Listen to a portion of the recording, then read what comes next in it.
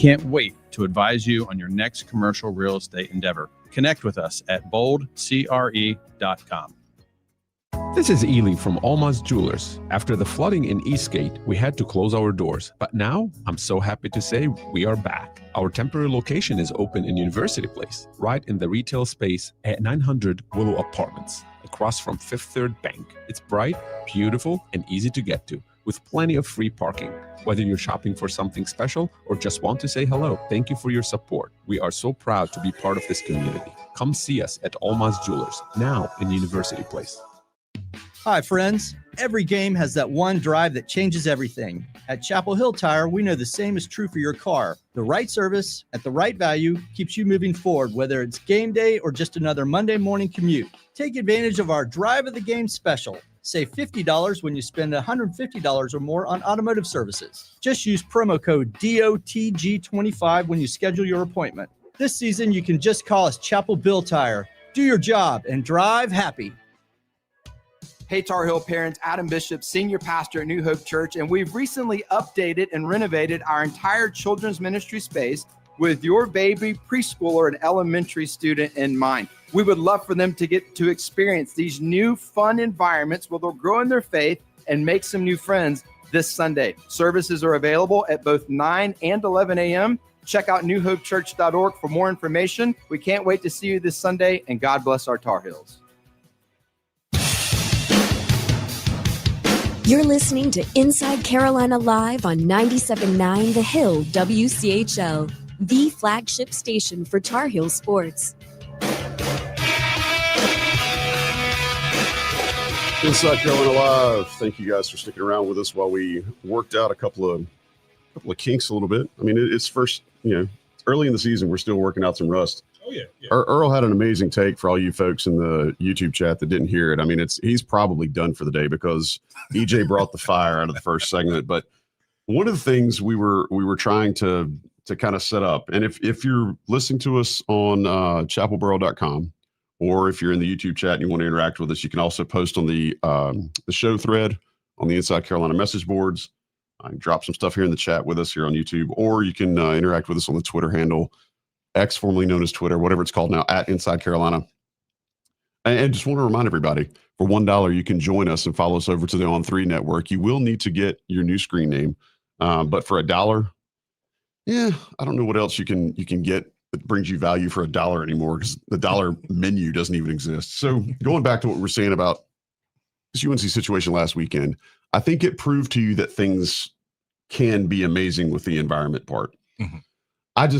I'm not going to be mad at anybody for getting chapped about the way they got blown out. Yeah. I think that's totally understandable. I think this knee-jerk reaction, though, to immediately think that the Belichick situation is not going to work and that everything is the worst and fire everybody. I mean, dude, there were some folks sitting behind me in the stadium that with 10 minutes to go in the second were already like saying that this is no better than Mac and, fire the offensive coordinator. And again, you can those are good critiques, but I'm curious about so the first game didn't go well. Nobody in the Keenan Football Center or that follows the team would be satisfied with that. But also, I want to go back to the thought that, what do you want to do? You just want to quit? We want to just stop the rest of the season. So all that saying, you get a chance tonight for a traditional get-right game. Mm-hmm. And I don't know that it could come at a better time. North Carolina going down to Charlotte and Jerry Richardson Stadium, small, intimate, if you will, intimate environment, intimate affair. Did Emporia High School have a stadium that size? Well, we had one side that was like normal bleachers, but no, I think the most people I played in front of in high school may have been 100 people. So yeah, and so they're playing in an intimate environment tonight. Charlotte will obviously show out, but I think there's going to be a fair amount of UNC fans there as well. But when you're looking at a 48-14 blowout, I want to hearken to something that Jason Staples said this week, and I think Greg did a really good write-up about it too. It's good that North Carolina fans have this reaction. Mm-hmm. The fact that everybody's pissed is so much different than where the program was at the end of last season, because I felt like the end of last season, it was just exhaustion, malaise, ennui. Oh, yeah. Any other SAT words I can throw in there. But would you think that having that sort of response at least shows that people are finally, are tuned back in the right way. I mean, that fervor and that anger and the juice behind it says that people maybe felt like they've bought in again. I definitely feel like people have bought in again. I mean, it just feels like UNC football has been on a cusp at so many different periods over the last 20 years. I mean, we felt that when Coach Davis came in, when Coach Fedora came in, and we made that run of ACC championship appearances. And then when Mac came back, I mean, return of the Mac. I mean, and I think for good reason, because some of the talent, granted, we've had some generational talent. We've had some great moments in this, but we've never been able to string together consistent football, not only consistent football, but football played the right way, where we're not missing tackles, where we're playing disciplined football and not having the turnovers. But so I am glad to see that fervor back. But at the end of the day, yes, it was a 48-14 loss, but we still can turn this around and have one of the best seasons in Carolina history. The schedule still is what the schedule was 2 weeks ago. Yeah. Right. I think something you'll look, I think something folks will look at, is that TCU did good things on Monday night. It was not just North Carolina being cheeks. Yeah. It was not just North Carolina missing tackles. It was not just bad run fits. It was not just a lot of the things that you could say as a fan that have just beaten the life out of Tar Heel fans for the last few years. A lot of that was TCU being a very veteran squad that returned a lot of players with a quarterback now that is going to cause some damage in the Big 12. And I don't see a lot of teams beating them based on what their schedule is. So you think about it, 3 years ago or 2 years ago, how in the recent past they had been in the college football playoff. They brought back a quarterback that threw for almost 4,000 yards last year. I'm not ready to say that just because of that beating and the errors that North Carolina put on tape, that all is for naught and we're right back where we were. I think there were some things in that game, looking at the 22, that you can absolutely work with. Again, Staples said some of this stuff in the game plan, but I saw some things too that would make you feel a little bit better. Okay, defensive line, I'll let you start there, because I think there were some things in that game that North Carolina expected to be bad, right? We knew we were going to be a little light in the butt in the middle on the D-line, but they weren't getting mauled. No, not at all. The interior of the offensive line was a problem, but you were playing with a third-string center most of the night against a veteran defense. I think there might be some stuff to work with there if they can take the tape and fix it. One of the things that I think you and I could both agree on is between the last two sets of coaches, they would always say in the postgame, we need to look at the tape. And then you'd see the same garbage the next week, right? I don't know that I realize that fans might want to just think that we're right back in the same cycle, but I'm not ready to say that a Bill Belichick coach team is not going to have film study and fix things. What say you? I would agree with that. I mean, one thing about the NFL is what separates those coaching staffs from college, from even some of the best college coaching staffs, is their ability to make adjustments at halftime and completely pivot the game plan. And we're talking about the coach who's proven over time that he's the best at doing that, because he's the most successful NFL head coach of all time. So there's nothing in me that cannot believe that they're not going to be able to go back and watch this film, make some major adjustments. It's on a shorter week, mind you, but there's no coach I'd rather have right now who's coaching in college to make those adjustments and make the best use of that time than Bill Belichick. As far as the defensive line, I definitely saw some improvements that we haven't seen over the last few years. I mean, yes, there's a lot of room for improvement, but let's talk about the good things that happened.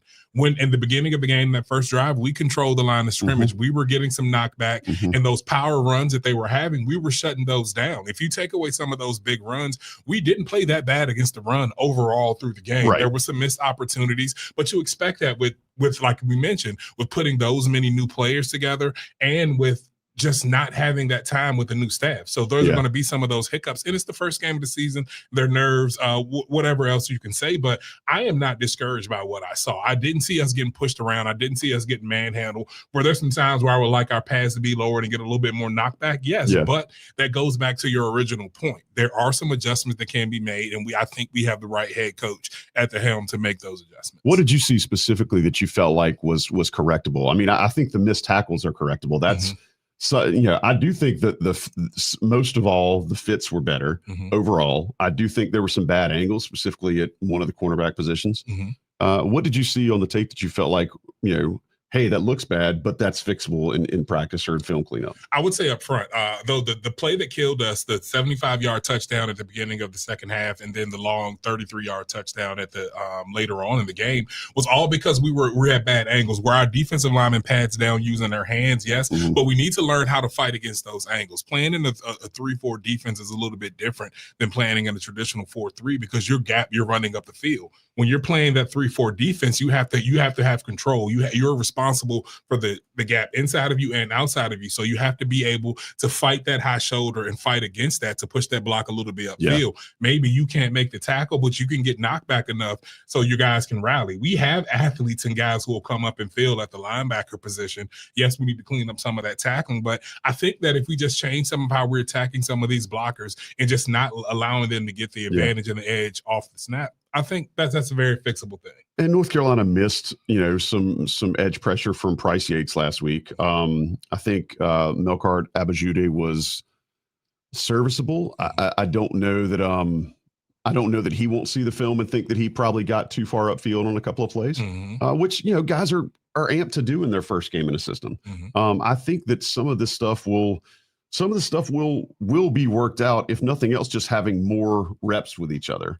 I also think that, when you have a starting center who is third string at best, you're kind of putting your offense behind the 8 ball. 100%. And if, when you look at that and you combine all of the confluence of things that happen, big plays, 2 turnovers that directly led to touchdowns on the same play, that's hard to overcome. I tweeted during the game, I don't know what the stats are, but I would say that teams that score on 2 defensive possessions in a game, they've got to win like 95 out of 100 times. I'd take that. I don't know. I can't see where it would be any lower than that. But last thing, we'll take a little bit of a break. Again, we got some of the stuff cleaned up earlier. We're gonna have our clock a little mixed up, so stick with us if it seems like we're hitting breaks at a weird time, guys. But EJ, how does the locker room respond when you come out in a game like that where you've got so much on the line and things just kind of don't work? It doesn't have to be a season opener, but what does the locker room do? And you've seen coaching changes, so maybe you can help kind of speak to that. How do you respond as a team, but also as an individual player, to really just getting kicked in the teeth? Well, this was going to be a little bit tough one just because of the makeup of college football now with NIL and the transfer portal, because as you mentioned, we have 70 new guys on our team. These guys don't have that shared history. And honestly, in football, sometimes it's trauma bonding based on how hard your strength coach is. Look at you, the therapist. Yeah, I've been in therapy a little bit. So trauma bonding. It is kind of like that. So it's really that shared attitude that you see from the great teams. And that's why they say great teams are more like family. So I would just hope that somebody would emerge as a leader. Maybe one of those guys that's been in the locker room for a while. I think there are a few candidates on the team that can just step up and say, hey, guys, this is not the end of the world. We still have 11 more games to play. I think we're back to our earlier point. We're playing for one of the greatest coaches to ever do it. So you have to know that he's going to put a game plan together. He's been here before. He's seen this happen. And even though these guys have never experienced this before, there are a lot of redshirt seniors and guys with experience in other programs who've had this. And it hasn't all been sunshine and applesauce for them while they're there. So they have built up some of this scar tissue from facing some of this adversity. So I think they just need to put their shared experience together and know that they can overcome this. I think there's something to be said for the I don't want to say antiseptic, but the sterile way that the players who had media availability this week kind of approached it. Not really mad, not really down, just very businesslike. And I think when you're building a program, as North Carolina is, I think that's probably what you'd like to hear from the guys, in a sense that we're not getting off of, we're not going off a script here. We're not losing our faith. We're not getting out of the process. I mean, I swear to God, the Sixers ruined the phrase "trust the process" for everybody in sports. But I really do think there's something to that. And you've heard Coach Belichick say it a little bit. I would be surprised if there wasn't some, just on tape, better things this week. And if you're looking for silver linings, North Carolina only had 3 penalties last week. Which that's one of the things where in all the lead up to the game, we talked about don't be dumb anymore. There's when you only have 3 penalties, I think that's part of harming yourself. So listen, we've got 22 minutes under our belt tonight. We do have Tommy Ashley on site in Charlotte. He is, I guess if you want to say he is, he's on assignment. He won't be joining us tonight, but he's there with his eldest. So they're going to be taking in the game at Jerry Richardson Stadium. But from apparently he's doing a little bit of weather correspondence because there's an absolute monsoon in Charlotte right now. So I don't know if monsoon is a new alcoholic beverage or if he's actually speaking about the weather, but probably a little bit of both. Yes. We appreciate Tommy's heads up, and shout out to anybody else who's in Charlotte. If you're listening to us on chapelboro.com or on YouTube, we hope you guys have fun tonight. All right, we're going to take a quick break. We'll be right back. We'll talk a little bit about how North Carolina can go from facing a guy like Josh Hoover and now facing Charlotte, who is not as good of an offense, to put it mildly. You're listening to Inside Carolina Live. He's EJ Wilson. I'm Joey Powell. We're on 97.9 The Hill, WCHL. I'm Ryan Switzer, and you're listening to Inside Carolina Live. I'm Jeremy Salemson with CIMG Residential Mortgage. At CIMG, we are so proud to be your local mortgage experts. At CIMG, we loan our own money, approve loans locally, and stay connected with our customers throughout the process. In short, we humanize the lending experience. Learn more at CIMGINC.com. CIMG, lending on a first-name basis. NMLS number 39460. It's almost time for back to school and back to your routine. That doesn't mean it has to be boring. Zoom into the season with a new ride from Mark Jacobson Toyota, where back to school means back to yes. Need space for carpools? Yes. Looking for fuel savings? Yes. Want to upgrade your commute? Yes. At Mark Jacobson Toyota, they say yes to great deals, easy financing, and getting you back on the road in style. Visit markjacobsontoyota.com today. My name's Rebecca Rosenberg. I live in Chapel Hill. The whole Will Johnson Building Company is like family. So with my house that was built 15 years ago, Will and Rebecca really oversaw it. Rebecca came to me every morning and said, this is what we're going to do. This is what we accomplished yesterday. I knew where we were going, what our schedule was, what it was going to look like next week, next month.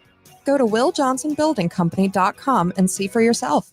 I'm Jeremy Salemson with CIMG Residential Mortgage. There are optimistic signs and trends in housing these days, so you may be asking, is this the right time to buy or sell, and what can I afford? Well, we're here to help you buy or refinance your home with an experienced team, creative solutions, personalized service, and efficient systems. Contact us at CIMGINC.com and see firsthand the advantages of lending on a first-name basis. NMLS number 39460. I'm Cappy Hagman with Coldwell Banker, Howard Perry, and Walston. I love this area. I love helping other people make it home. I don't believe in transactional real estate where you throw the manual and keys over the fence and you roar off down the road.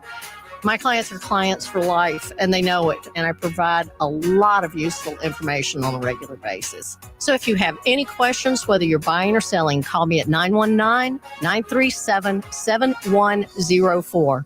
This is Jeff Denny with Generator Supercenter of the Triangle. We are the #1 Generac residential installer in North America. We have grown our footprint here in Chapel Hill and Durham and Carrboro. The purpose of having a generator is to have backup power when you need it, so it has to be ready at all times. We've had customers wanting a new generator, and then customers that already have a generator that want us to service it, maintain it, fix it. Go to GeneratorSuperCenterOfTheTriangle.com. That's GeneratorSuperCenterOfTheTriangle.com.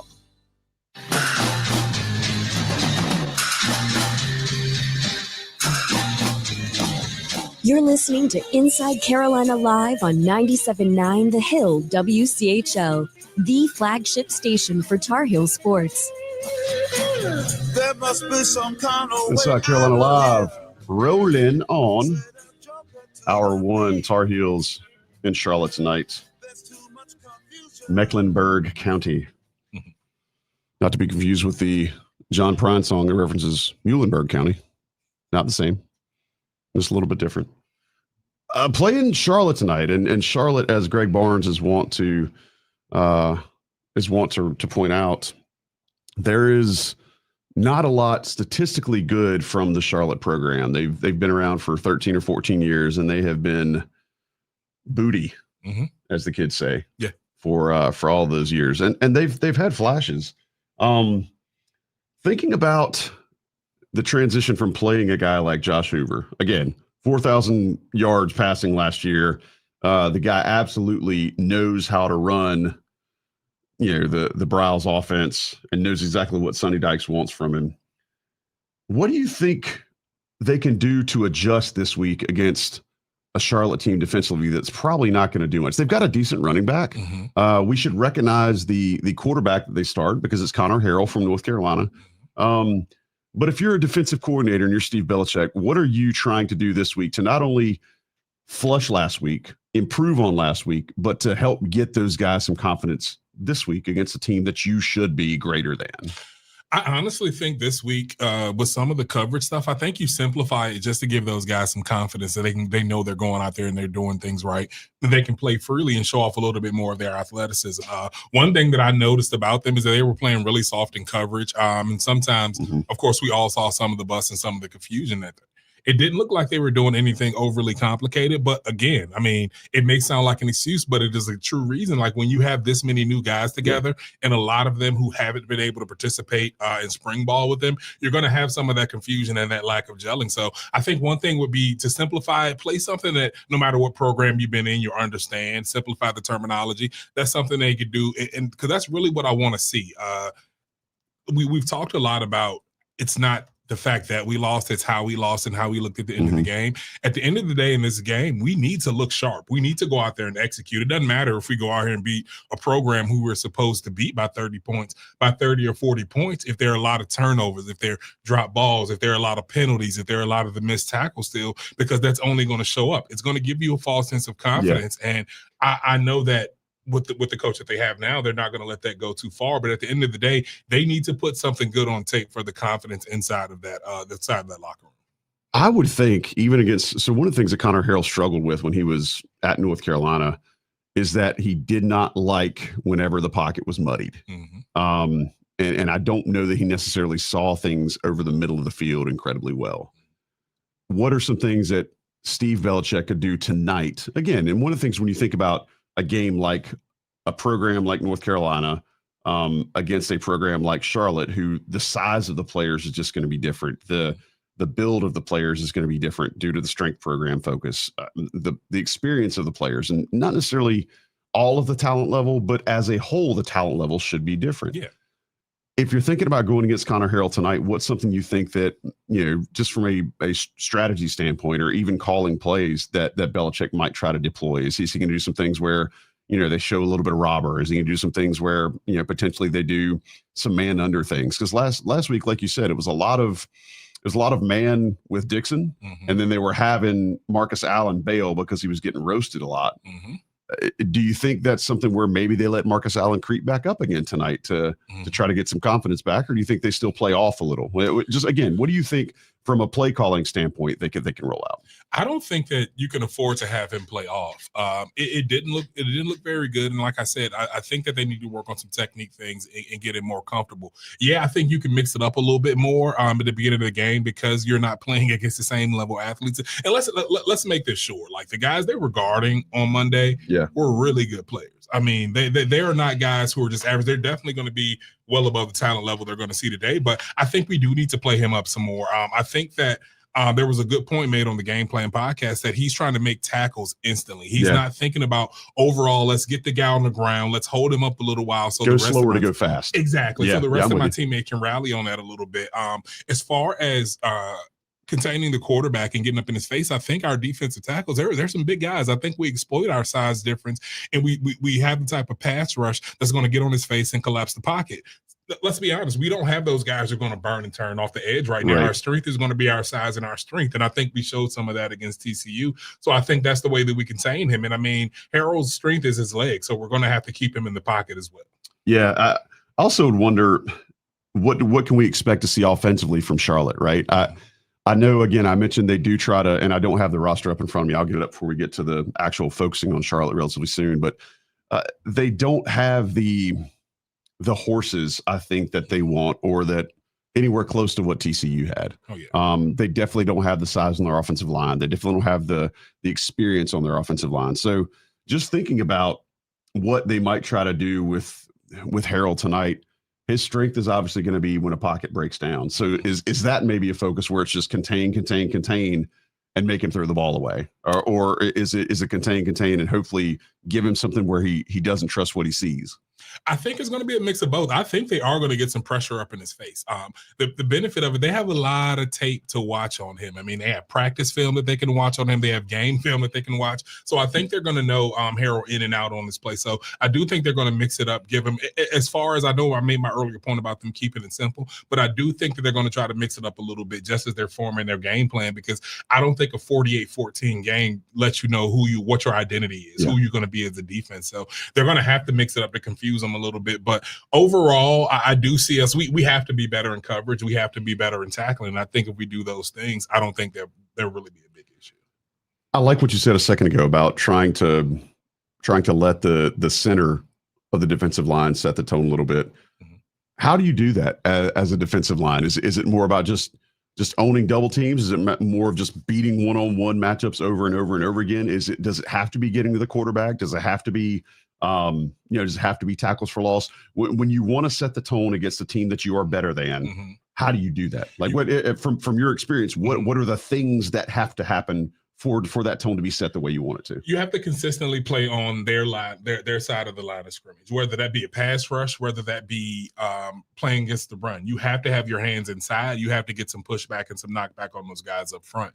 And I think up front, when you're pass rushing, the guys in the middle, they're responsible for collapsing the quarterback. You don't have to be a great pass rusher. Your sack numbers do not have to be high at all. If you're consistently taking those centers and guard and you're putting them in that quarterback lap, especially a quarterback who's not comfortable with the collapsed pocket in the first place, you're going to give those guys on the outside an advantage. Now, the one thing we do have to worry about, like you said, is Connor Harold's escapability. Now, I do think we have some good athletes on the outside that can keep up with him, but it's about making a tackle when you have it in an open field, so maybe that 1 or 2 yard gain doesn't turn into a 17-yard gain down the sideline. That's going to just give him more confidence. Thinking about, Charlotte being who I'm trying to, if I seem like I'm choosing my words, I'm not trying to totally crap on this Charlotte team, especially knowing that North Carolina's coming off of a 48-14 skull tracking. Yeah. But I want to reiterate to folks that, this Charlotte squad is undermanned, and they strategically just don't have the statistics in their program's history that would make you think North Carolina, should struggle today. Even with the North Carolina that we saw last week, where they, had some problems offensively, I do think they should be able to just mash out whatever it is Charlotte tries to do on offense. I think they do try to run some pre-snap stuff to get movement on the perimeter. That way Harold can make quick decisions and not have to look. But when he has to get off of his first read, we saw it last year when he played against Charlotte, ironically, in a UNC Chapel Hill uniform. Why did I say UNC Chapel Hill? What am I doing? What's going on? What's wrong with me? When he was wearing a UNC uniform last year, he struggled when he had to get off his first read. So I'd wonder, like you said, there are a lot of different ways you can make it difficult for him, whether it's collapsing the pocket or just shortening his time to throw. But I do think that going simple is probably the way to do it today. Don't try to do things where you're handing off a lot. Don't try to do things where your DBs are having to fit in multiple places. Probably keep it vanilla. It's crazy. Steve Belichick likes to use single high stuff a lot, and I didn't see much of that last week, unless I missed something on the tape. But I felt like they were doing some 3 down lineman stuff and sending their next 3 linebackers just the best players they had outside of that, and just try to get speed and cover space as best they can. EJ, one thing that you think defensively North Carolina can do to take away an element of Charlotte and make them one-dimensional. That's a defensive coordinator's ultimate goal, right? Is make your opponents one-dimensional. What do you think that is tonight? Is it more about they try to sit down on running the ball? They try to sit down on taking away deep throws? What's something they can take away from Charlotte to make that game much more manageable? I think, just based on the things that we know, and again, not wanting to disrespect Charlotte's program, but it kind of is what it is. We have a little bit better athletes to say it mildly, up front. I think we control what we can control, and that's the line of scrimmage. That's stopping the run. You don't have to be the fastest, quickest guy. You have to play with effort. You have to be disciplined to play against the run. And I think that's one thing that we can take away from them. And with that same effort, and then if we build from that and we play the pass on the way to the run, especially with those 3 down linemen and we're collapsing that pocket, it goes back to the point that we made that Connor Harrell's not comfortable when that pocket collapses, when you get people in his face. So I think there's going to be a lot of scrambling. There's going to be a lot of opportunity for him to make mistakes. But with all that being done up front, we still have to be disciplined on the back end. We still have to make those tackles, and we have to make the plays when they come to us. Yeah, it's the mistakes that'll get you, but you'd like to think they're going to get some of that cleaned up from last week because there's plenty on tape to look at and say, hey, do that differently. Yeah. We're going to do a break differently right now. You're listening to Inside Carolina Live. We're going to be right back with Jason Staples, talk a little X's and O's with Doc. If you hadn't heard the game plan this week, we're going to try to go in a couple of different directions from that. But he loves to talk some X's and O's. You're listening to Inside Carolina Live. That's EJ Wilson. I'm Joey Powell. Shout out to AJ for running the board. We are on 97.9 The Hill, WCHL. I'm Dana Wicker-Cantrell with Coldwell Banker HPW. There are so many loose ends to tie up before you can purchase a home. Having someone that has working knowledge and also is a professional on your side throughout the process from start to finish is invaluable in a lot of ways. The people who I work with appreciate that because they know it's above and beyond. For more information, go to danacantrellrealty.com. Hey, Tar Heel parents, Adam Bishop, senior pastor at New Hope Church, and we've recently updated and renovated our entire children's ministry space with your baby, preschooler, and elementary student in mind. We would love for them to get to experience these new fun environments where they'll grow in their faith and make some new friends this Sunday. Services are available at both 9 and 11 a.m. Check out newhopechurch.org for more information. We can't wait to see you this Sunday, and God bless our Tar Heels. Changes everything. At Chapel Hill Tire, we know the same is true for your car. The right service at the right value keeps you moving forward, whether it's game day or just another Monday morning commute. Take advantage of our Drive of the Game special. Save $50 when you spend $150 or more on automotive services. Just use promo code DOTG25 when you schedule your appointment. This season, you can just call us Chapel Bill Tire. Do your job and drive happy. Back to school already? Between supply lists, sports practice, and pickup lines, you need a ride that keeps up. That's why I went to Mark Jacobson Toyota, where they always say yes. Yes to more legroom. Yes to killer trade-in value. And yes to payments that actually fit my budget. From first day jitters to after-school snacks, do it all in a Toyota. From Mark Jacobson Toyota, where they say yes. MarkJacobsonToyota.com. This is Ely from Alma's Jewelers. After the flooding in Eastgate, we had to close our doors. But now, I'm so happy to say we are back. Our temporary location is open in University Place, right in the retail space at 900 Willow Apartments, across from Fifth Third Bank. It's bright, beautiful, and easy to get to, with plenty of free parking. Whether you're shopping for something special or just want to say hello, thank you for your support. We are so proud to be part of this community. Come see us at Alma's Jewelers, now in University Place. How do you make decisions? We are inundated with so many choices every day. If you're like us, you choose local. We are Bold Commercial Real Estate, and we have been in Chapel Hill for over 25 years. We are tenants, we are landlords, we are buyers and sellers of commercial property. We are the first to know about real estate opportunities in Orange and Chatham counties, and we can't wait to advise you on your next commercial real estate endeavor. Connect with us at boldcre.com. Hey, I'm Eric Church, and you're listening to Inside Carolina Live.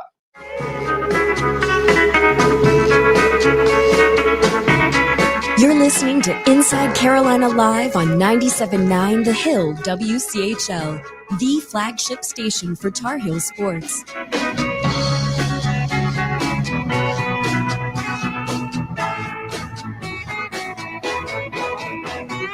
Inside Carolina Live. That's such a smooth intro, dude.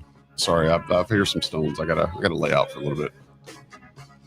Right now, speaking of smooth, let's talk a little bit with Jason Staples. And while we're getting Staples on here, I will let folks know that we do expect that Gio Lopez will start tonight. I was reporting from ESPN earlier, but we do expect that Gio Lopez will start tonight for the Tar Heels. So yeah, let's go ahead and let's get Jason in here. We'll talk a little ball with him. I am the smartest man alive.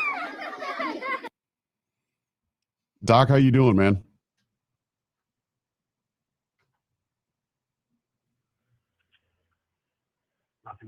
You good? Are you there? Yeah. I'm. It's been a little bit difficult getting a connection. I don't know why. Maybe you have rain falling from the ceiling. It's very, very precipitous. Anyway, all right. It's possible, but there was a chopper that was, I think, maybe jamming the signal. Do you get the signal down? All right, listen. Big play bust from last week. I think you did a really good job of laying that out on the game plan. But I think the first thing that I see is like, yeah, big plays will kill you, but they're also easily fixed based on technique. Am I oversimplifying there? I think that's right. Yeah. I mean, I did mention, I mean, the headline we went with there is that they got out schemed, and there was a little bit of truth to that. I mean, a lot of truth to that, but I think some of it is just a matter of, I think on the second big play that I broke down, which was the 35-yard touchdown run where he went in untouched, that second long run in the second half, that was one where I think somebody must have missed a check. I mean, it's where, they're misaligned. Is that bad? And yeah, I mean, somebody just missed a check. Somebody's misaligned. You got to have an extra hat over on that side. And TCU seemed to have recognized that something wasn't getting done there, and they motioned to get exactly that look, and they got a freebie. The other one, I mean, that's a play that you see teams run. Everybody runs that play, and everybody runs that defense, or a lot of teams run that defense. I mean, Ohio State ran the same penny front, which is a tight front, with two outside linebackers outside it and a single backer. And they had a lot of success against Texas running that front with, by the way, Atkinson as one of their defensive ends, which kind of hurts to say, right? Yeah, from the Carolina side. You cut to the core of me, Baxter.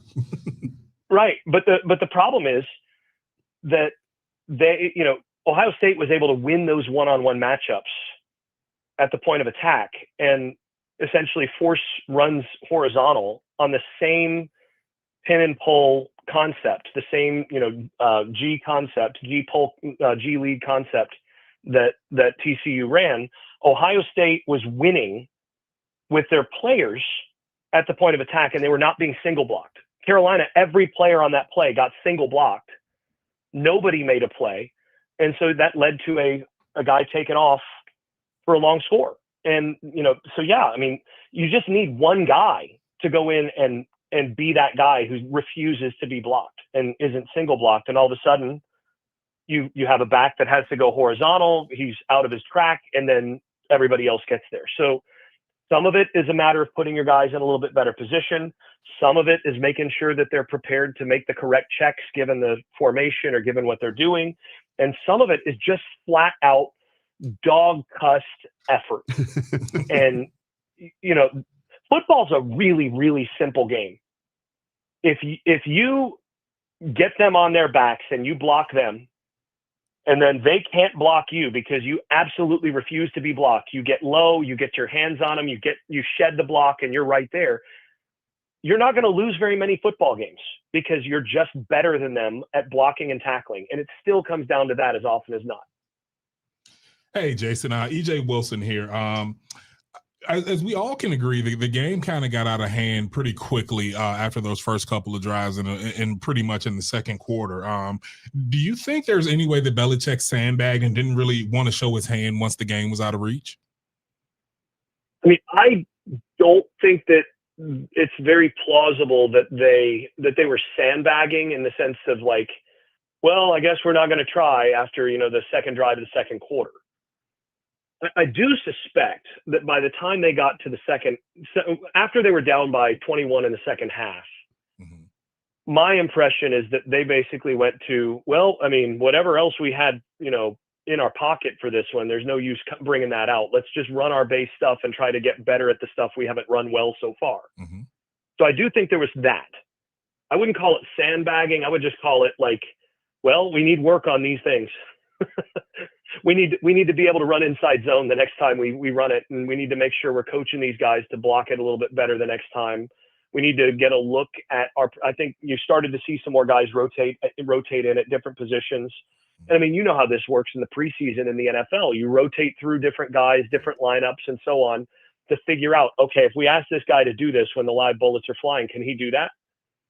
And I do think second half, especially, there was a little bit more of that of like, all right, well, obviously that guy didn't do that very well. Let's find out if he can do this, and let's put this guy in at left tackle and see if he can change what we were doing there. No, that didn't work.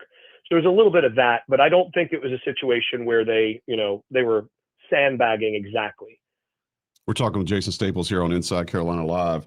Jason, I think it's probably a good point in the sense that you'd rather do that against, a live opponent if the game's out of hand, because you don't get that luxury when you're practicing against each other. I want to ask you a little bit about some play calling stuff. You saw a team last week that very much got shell-shocked and kind of got taken to the woodshed a little bit.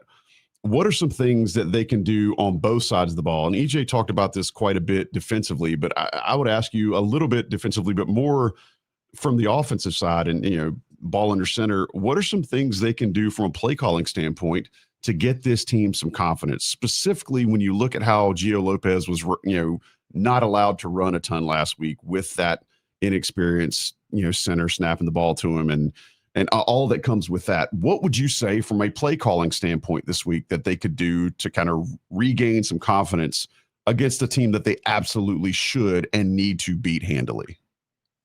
Well, I mean, I think the first step to regaining some confidence on that stuff isn't really play calling. It's just playing Charlotte.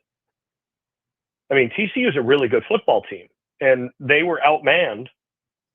I mean, I think even if this team had played well, TCU probably beats them by 10 points. Right. So, that's not exactly a recipe to get confidence. And the reason the game snowballed like it did is that, one thing goes bad, guys start trying to compensate. They lose a little confidence here. They're, the game starts to swim on them a little bit, and things move fast. And this is something that's really hard to explain to fans a lot of times, but in football, it's one of those sports where it's really easy to get blown out.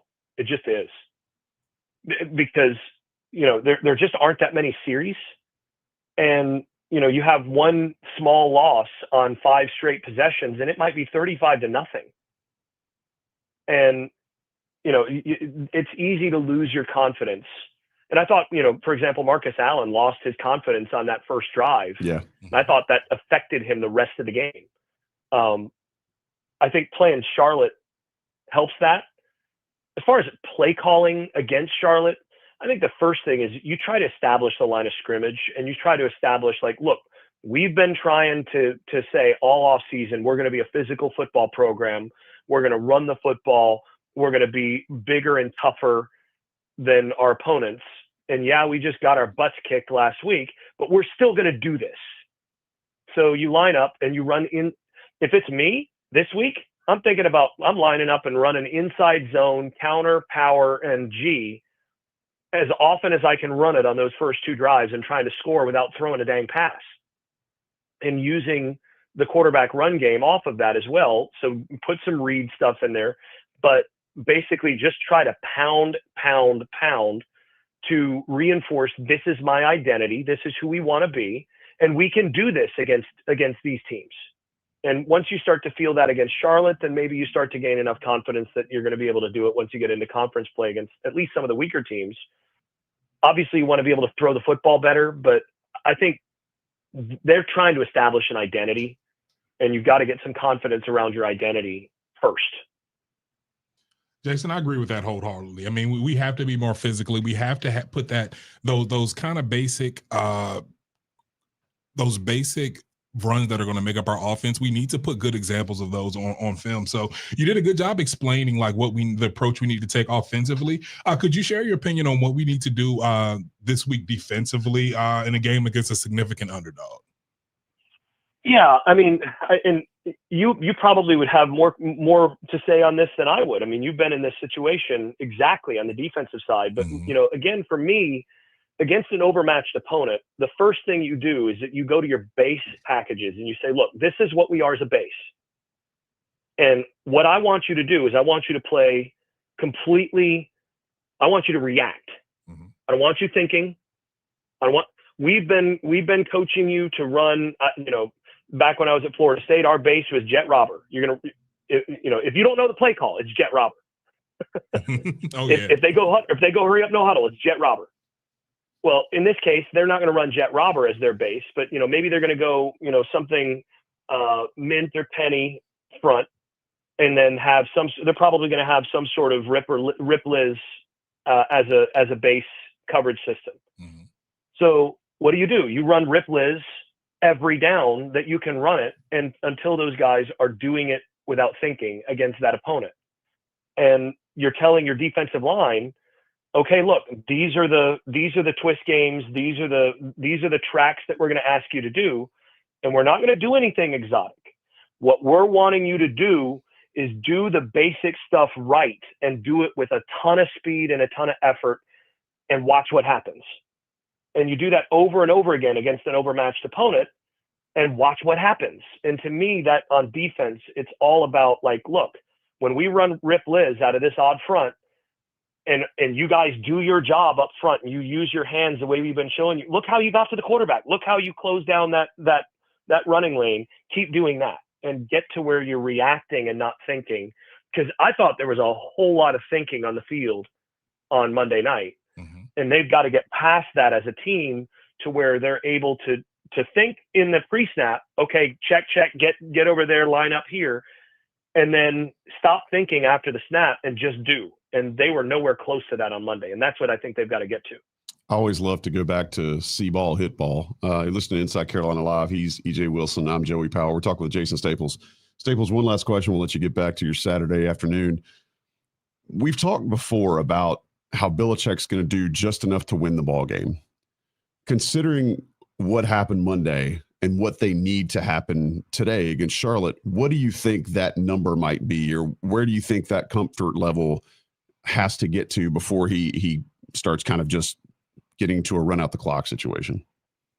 Well, I don't think so. With Belichick, it's not about run out the clock.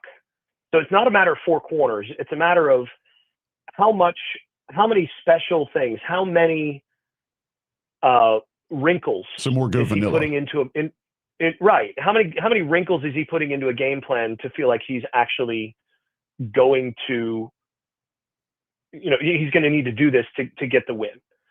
I think in this game, he's going to have 2 or 3 wrinkles in there in case, but this is one of those games where, it's a Milton Berle game, as I call it, right? You do not need to bring in any wrinkles off of your base stuff. I think he's going to come in, and we're going to win with our base stuff, guys. Look, if we can't beat this team with our base stuff, then what are we even doing out here?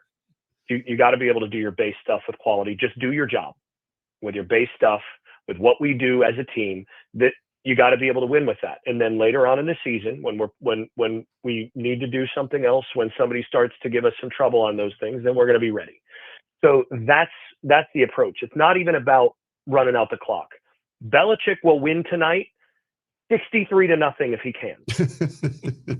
But he's not going to run the, Philly special, on 4th and 3 from midfield to do it.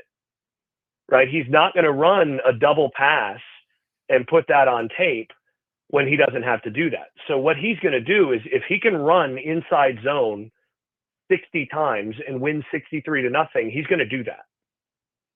Because we just got a lot better at inside zone, and now teams are going to have to prep against inside zone. And then next week we're going to be able to go inside zone RPO glance and tear him up with it. It's that stuff that I really mean when I say he's going to do enough to win.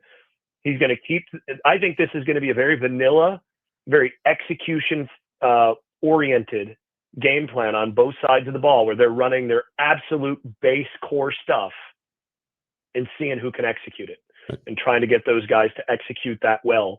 Because, as Marv Levy once said when he was asked what he thinks about his team's execution, and he said, I'm totally in favor of it. Right. Man, I love that quote. I appreciate it. And, right? And the timing of getting Charlotte this week is a perfect time for an execution game. Staples, we appreciate you, man. We will talk with you. We'll talk with you next week because we'll get something together and we'll talk with you before the Richmond game. So I will tell you whether you're a dancing or ducking bullets, get down. I'll be back. All right. That's Jason Staples. We appreciate him joining us. And you can always hear him with The Day After with Tommy and Buck, the day after games from North Carolina. He does a great job with his film breakdown. If you're not an Inside Carolina premium subscriber, Staples' film breakdown is worth the price of subscription alone. So I hope you'll make that happen. We'll take a quick break. End of hour one. We've still got another hour to go to get you guys ready before we hand it over to the folks over at the Tar Heel Radio Network. You're listening to Inside Carolina Live. I'm Joey Powell. This is 97.9 The Hill, WCHL. Hey, it's Trey Boston, and you're listening to Inside Carolina Live. It's time for the Chapel Hill Tire Drive Happy, Drive of the Game. While the much-anticipated season opener against TCU ended in disappointment, one bigger-than-football highlight occurred in the second half when quarterback Max Johnson completed a touchdown pass to his brother Jake, almost exactly 1 year after his catastrophic leg injury left him wondering if he would ever play again. Max Johnson gets the shotgun snap, looks to his left, throws, and how about a brotherly touchdown as Max Johnson finds his brother Jake Johnson for 6. That was this week's Chapel Hill Tire Drive Happy, Drive of the Game. Save $50 when you spend $150 or more on automotive services during football season at any of the Chapel Hill Tire's 12 area locations. Use promo code DOTG25 when you schedule your appointment and drive happy, Tar Heels.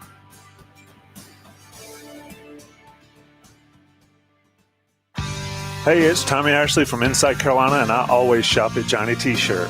A Franklin Street tradition since 1983, Johnny T-Shirt has all the greatest selections of Tar Heel gear, from football jerseys to T-shirts to hats and Carolina gifts for all ages.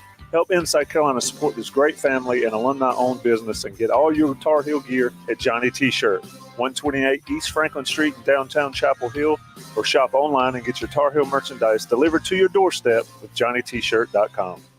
This is Jeff Denny with Generator Supercenter of the Triangle. We are the #1 Generac residential installer in North America. I really stress with the customers that we are looking to be their generator partner for the next 10, 15, 20 years for their ownership of having a generator. We want to make sure they can rely on us that generator is ready to run and on go when they need it. Go to GeneratorSupercenterOfTheTriangle.com. That's GeneratorSupercenterOfTheTriangle.com. This is Ely from Alma's Jewelers. After the flooding in Eastgate, we had to close our doors. But now, I'm so happy to say we are back. Our temporary location is open in University Place, right in the retail space at 900 Willow Apartments, across from Fifth Third Bank. It's bright, beautiful, and easy to get to, with plenty of free parking. Whether you're shopping for something special or just want to say hello, thank you for your support. We are so proud to be part of this community. Come see us at Alma's Jewelers, now in University Place. When you run your own business or practice, it's nice to have exactly what you want. The same is true when you look for commercial space where the opportunity to customize from the ground up is rare. Time is running out to secure your build-to-suit retail space or medical office in Governor's Village, 10 minutes south of downtown Chapel Hill. This is Shayla Tu with Bold Commercial Real Estate. Connect with us at boldcre.com. Hi, it's Jones Angel, voice of the Tar Heels, and you're listening to your flagship station for Tar Heel sports, 97.9 The Hill, WCHL, Chapel Hill.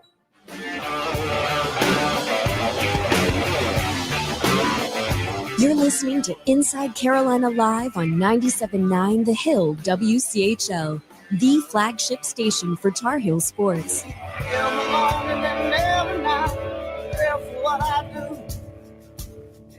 Inside Carolina Live, hour 2, rolling on. I'm Joey Powell. He's EJ Wilson.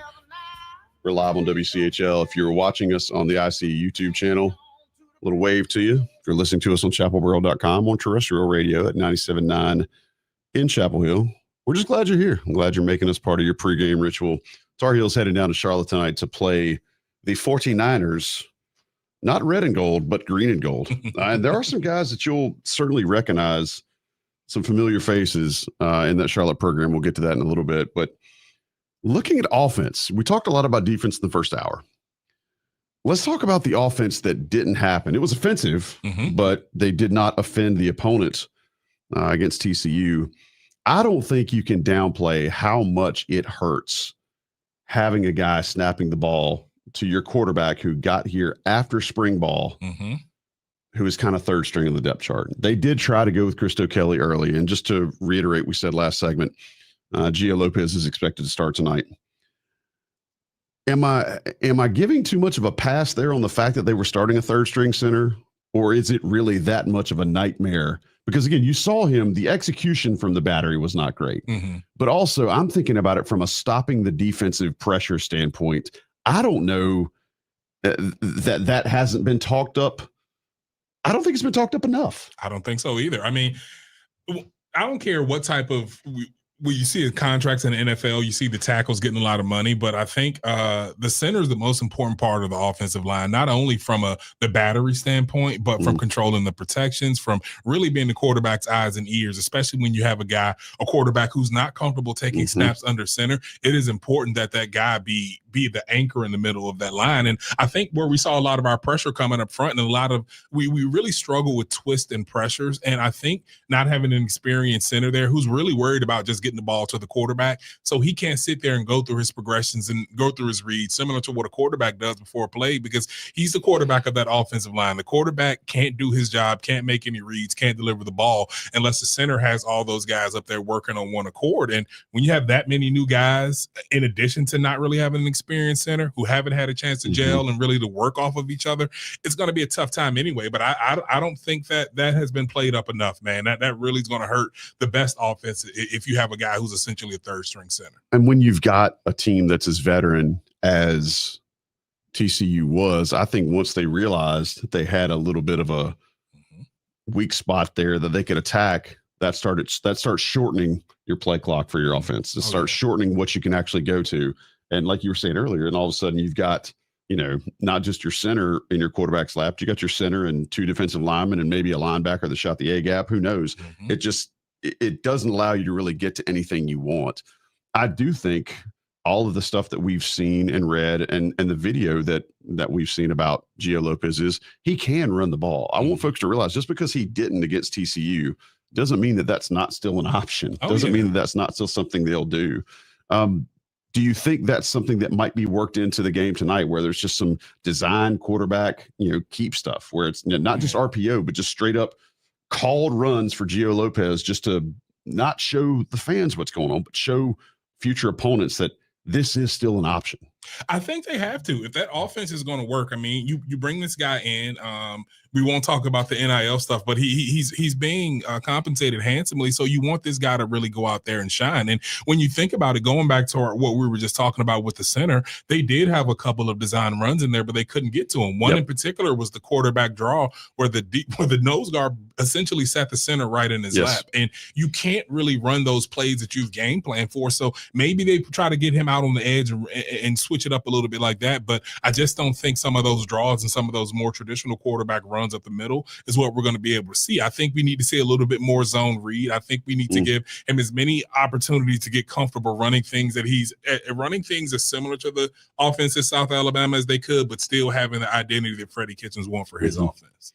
I think that, some other things when you talk about some reads they want to do, like a design quarterback draw, you actually have a little bit of a delay before he takes off. And during that delay, like you said, you all of a sudden got somebody sitting on you. And that kind of defeats the opportunity of the play. Who do you think would step up this week as leaders on the offensive side of the ball? I think a lot of folks expected a lot of things out of Kobe Paysour last week. Not sure if he was just held out because of the game plan. Again, when you're 48-14 and you're down a majority of all of the second half and a majority of the last few minutes of the first half, I think that gets away from probably what you want to do from your offensive playbook. So a guy like Kobe Paysour, who folks expected to have a big season this year as a returning receiver, only got 8 snaps. That said, who would you expect on offense to kind of step up and start trying to to be a leader on that side? Because it's clear that there's room for that. Mm-hmm. I would say Caleb Hood. I mean, he's the name that we're probably most familiar with as Carolina fans. And yes, he may not there may not be the large expectations as there is for a Pacer or for a Gio Lopez, for a Ship. There may not be those expectations, but he's a guy that knows what it looks like to be in that program, to represent UNC and to have that pride about yourself. And he's been on some offenses that have been able to execute. So he know what it takes to play good offensive football and to be solid on that side of the ball. So most of your leaders come from unexpected places a lot of the times. I mean, even the defense that I played on at Carolina, man, a lot of guys expect, I mean, we had Marvin Austin, Quentin Coples, Robert Quinn, but some of our biggest leaders were guys who really didn't even play that much, who were coming in on nickel. So leaders can be found anywhere. It's just all about having that respect of your peers. And I think Caleb Hood has done enough over his career to earn that respect. If nothing else, I think having a guy like Caleb Hood engaged would absolutely be a boon for this offense. Hoping he stays healthy, but even if he doesn't, being able to plug into that role and do this sort of things. I think there's also some opportunity for a guy like Jordan Ship last week, who had an amazing week. Yeah.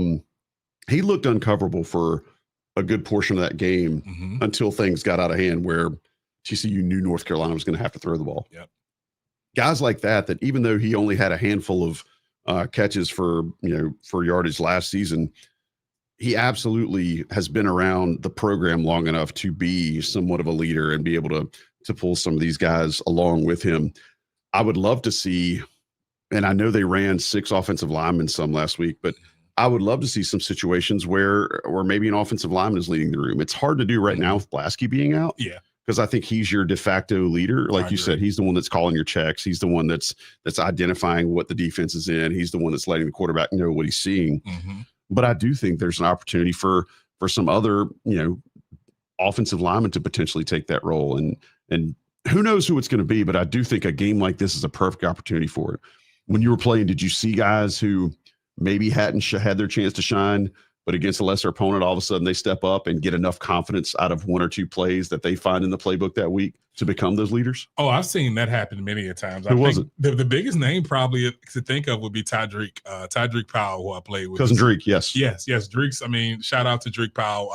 I think it was McNeese State we played against. And Dreek season opener. Yeah, he had an absolutely amazing game and then went on to have an absolute amazing season. But the thing is, we could kind of see that in the summer. He started to take it a little bit more seriously. He was going to the extra workouts he was just really honing into and realizing what type of player that he could be. And he saw that proof was in the pudding that first game against McNeese State. Which he wouldn't have gotten that if it weren't a game against a team like McNeese. Precisely. Is exactly kind of probably what gave him that boost. Go ahead. Exactly. Because, I mean, it's the same no matter what opponent you have against you. It's the same technique. It's the same get off. It's the same game plan. It's going to be the same scheme that you're going to be playing any other week. So your confidence doing those things is going to, I mean, you're right. Your level of play should only rise when you're playing against more competition, but you still need that basis level of your defensive scheme and your basic job duties to execute. Just an update from our weather correspondent, Thomas Ashley in Charlotte. Apparently they have a giant weather alert on the screen there in Charlotte, and we're not even sure if the players have been able to take the field to warm up yet. But either way, we continue to get our weather updates from Thomas. According to the Weather Channel, storms continuing through 10 p.m., gusty winds and small hail are possible. And that's looking like through 10 p.m. And then there's still scattered showers possible all the way up to 1 a.m. tomorrow morning. What the hail? What the hail? That sounds absolutely magnificent. Yes, it does. Is this where we break out the new phrase, raise hail, praise Bill? I'll allow it. Okay. I second that. There's a t-shirt right there for you. Yeah. All right, there we go. Yeah. Well, for all of the weather nerds out there, trademark. Congratulations for your segment of the show.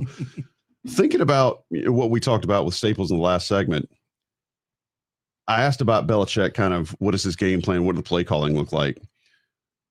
He kind of thinks that Belichick will not tighten the game plan, but dumb it down a bit. And those aren't his words. Those are mine. But do you think there might be a place they can experiment with vanilla stuff against Charlotte, right? I don't mean wrinkles. I mean, are there some things that they might have tried to do early in camp that they haven't been able to go back to? Do you see that being an opportunity? Assuming now from what AJ says that it's going to be, even happen? Yeah, will this game even take place?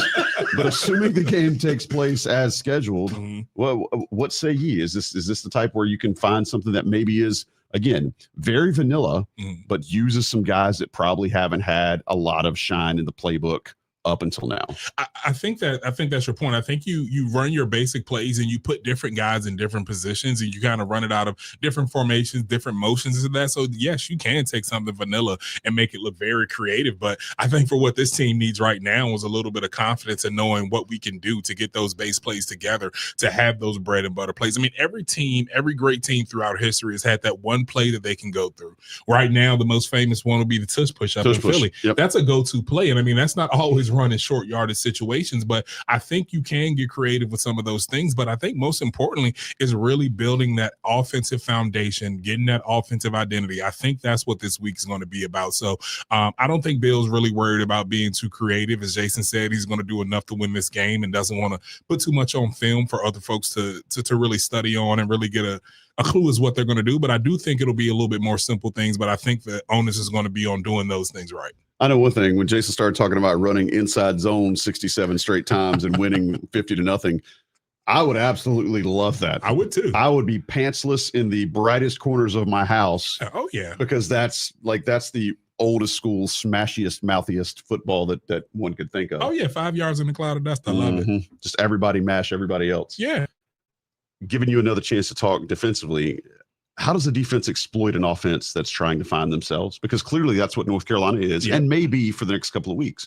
How does the defense attack that? Maybe Charlotte doesn't have the horses or the talent to do so, but if we're speaking in a traditional sense of a team that's kind of been there together, that's had the same people in their offense for a couple of years, their defense for a couple of years, you can make the simple stuff look exotic. And it's kind of what we're talking about our offense needs to do, make the simple thing look exotic. You can throw all type of looks that, or maybe try some new things and make it look different that we haven't had a chance to study on film offensively. So there are a lot of opportunities to mix that up. I don't know if UNC Charlotte's, like you mentioned, is going to have the roster or the talent on their team to really make that impact and make that look like as big of a deal as it should be. But I do think in any normal situation, a team would be able to disguise some things, to have some different guys blitzing, to maybe try out some packages that they normally hadn't tried out. Some of that stuff that they did put in early in training camp, they're able to try it out now. But I do think there'll be some opportunity, I think. But tonight, I think UNC Charlotte is really going to try to get back to their bread and butter, try to find out who they are as well. So it's really two teams trying to find their identity. But I do think that since we're the more talented team, that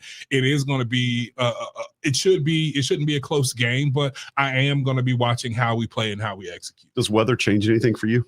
I think it does change it a little bit. I don't think we're going to get an opportunity to see as much of the passing game and as we normally would. No four verts. Gotcha. No, definitely no four verts that are going to be out there. But I think that this plays into who we want to be as a football team anyway. We want to be a physical smash mouth team and to be able to win these games. I mean, I think Bill Belichick's going to take that mentality that they have in the NFL. You need to build the type of offense that can win late in the game when the weather's not as good, when it may be snow, when the field may be frozen over. So I think you need to take it. And I mean, let's face a little bit more adversity.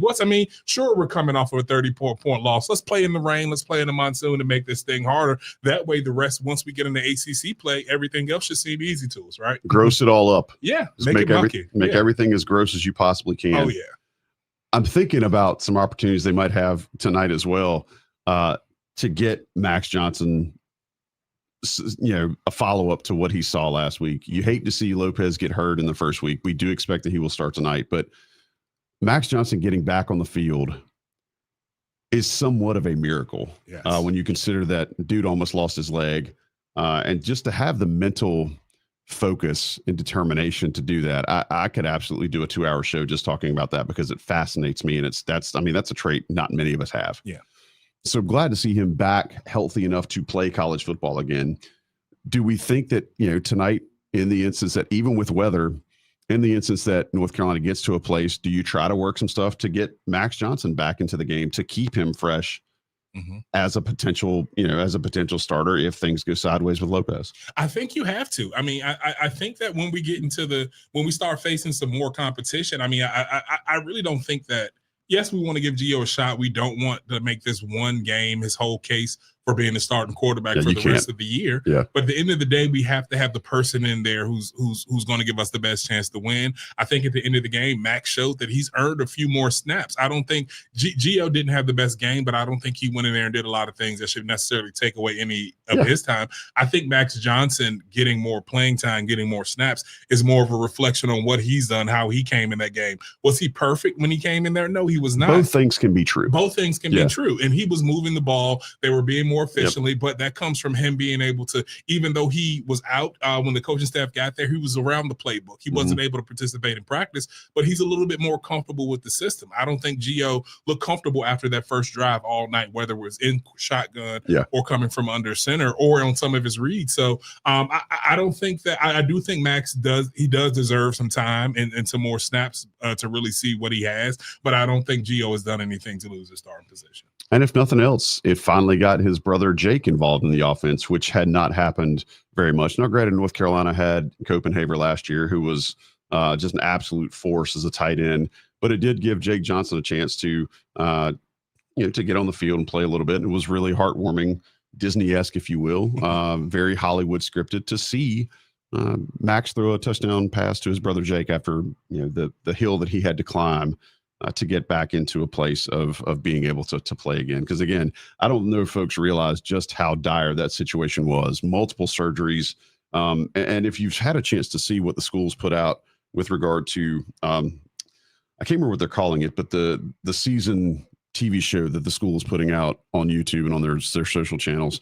Forgive me for not knowing the title of that. They've shown quite a bit of that comeback that Max Johnson has had and what's gone into it, and the fact that he had to essentially live in the hospital in Minnesota for quite some time, which nothing against Minnesota. I got no desire to live in the hospital in Minnesota for any good reason. Oh no. Other than the fact that they're keeping me alive. No hospital anywhere.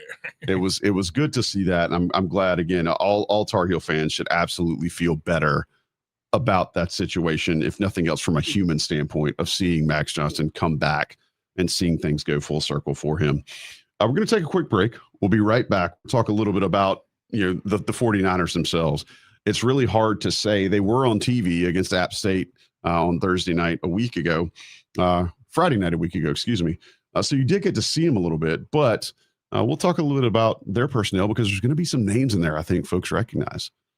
They're not going to be strangers. They might even be friends.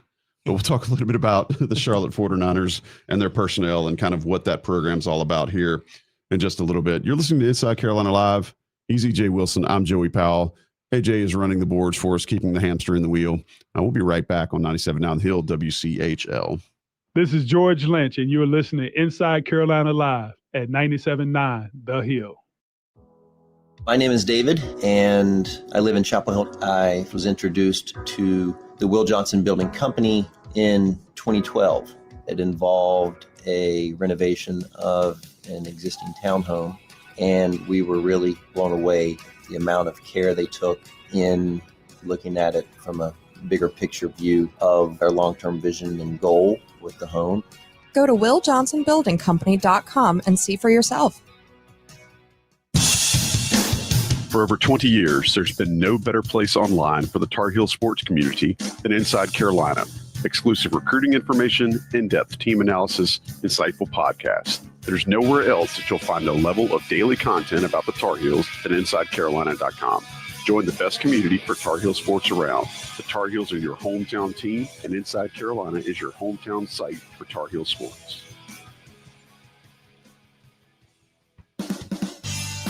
Sundays are bigger at Town Hall Grill. Kick off your day with the best brunch in town, then catch every NFL game on the big screens with the sound on. Bring the family, enjoy great food and ice-cold drinks, and be part of a local spot that proudly supports autism awareness in our community.